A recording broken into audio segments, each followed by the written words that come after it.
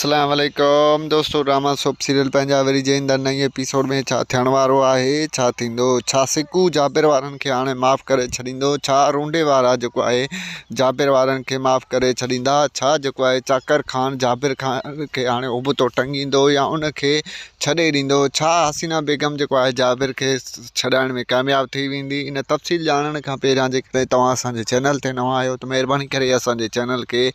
Subscribe कंदा त जीअं हर ईंदड़ नई ख़बर भाइरनि ताईं पहुची सके। दोस्तों हलूं था ड्रामे की तरफ। दोस्तों ड्रामा सोप सीरियल पंहिंजा वरी जे ईंदड़ नई एपिसोड में अव्हांखे ॾेखारियो वेंदो त हाणे सिकू जी भेण मथां ज़ुल्म घटिजी वेंदा, छो जो सिकू जी भेण जे मथां उन जे करे ज़ुल्म रूंडे वारा कनि पिया जो उन जे मथां शक हुयो। हाणे शक ख़तमु थी वियो आहे जॾहिं त रूंडे वारा हाणे जेको आहे सिकू जी भेण ते एॾो ज़ुल्म न कंदा। ऐं होॾो दोस्तों तव्हांखे ॿुधायूं त जाबिर वारनि खे जेको आहे रूंडे वारा फ़िलहालु त माफ़ु करे छॾींदा, छो जो रूंडे खे लालच मिली आहे 12 लखनि जी। ऐं जॾहिं त रूंडो जेको आहे फ़िलहालु इहे पैसा वठंदो ऐं जेको आहे पंहिंजे पुट खे बचाइण जी कोशिशि कंदो, लेकिन उनजो पुटु बिल्कुलु बि ठीकु आहे। जॾहिं त जेको आहे रूंडो फ़िलहालु त मनमानी कंदो ऐं जेको आहे पैसा वठी ख़ामोश थी वेंदो ऐं पोइ जेको आहे अॻिते हली रूंडो वरी जेको आहे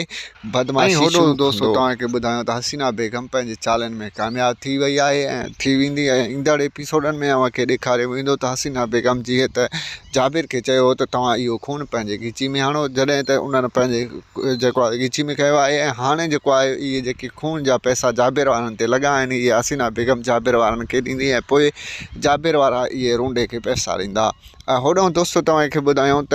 चाकर ख़ान खे जाबिर जे मथां तमामु घणो गुस्सो हूंदो ऐं उहो चवंदो त हिन ॻोठ खे जाबिर तपाए छॾियो आहे, हिन ॻोठ जे अमुन खे जाबिर तबाह करे छॾियो आहे, मां जाबिर खे कॾहिं कोन छॾींदुसि। ऐं हाणे जाबिर खे ख़बर पवंदी त असुल जेको आहे चाकर ख़ान जी ताक़त छा आहे ऐं हाणे मां जाबिर खे ॿुधाईंदुसि। ऐं पोइ पंहिंजे वाठनि खे चवंदो त तव्हां वञो ऐं जाबिर खे टंगे खणी अचो। ऐं होॾो दोस्त तव्हांखे ॿुधायूं त सिकू बि जाबिर वारनि ते तमामु घणो कावड़ियल हूंदो ऐं सिकू चवंदो त मां आख़िर जेको आहे पंहिंजे सौट खे छो छॾियां, उन्हनि मूंसां जेको आहे कुझु बि कोन रहायो आहे ऐं उन में कुझु बि न छॾियो आहे। ऐं होॾो दोस्तों तव्हांखे ॿुधायूं जाबिर जे पोयों लॻी वियो आहे ऐं जेको आहे कासिम जे पोयां हू पंहिंजे सौट खे हैदर खे चवंदो त तूं कंहिं तरीक़े सां कासिम खे हेॾे वठी आ त कासिम खे असां बि ईअं जेको आहे ज़हर ॾेई ख़तमु करे छॾियऊं।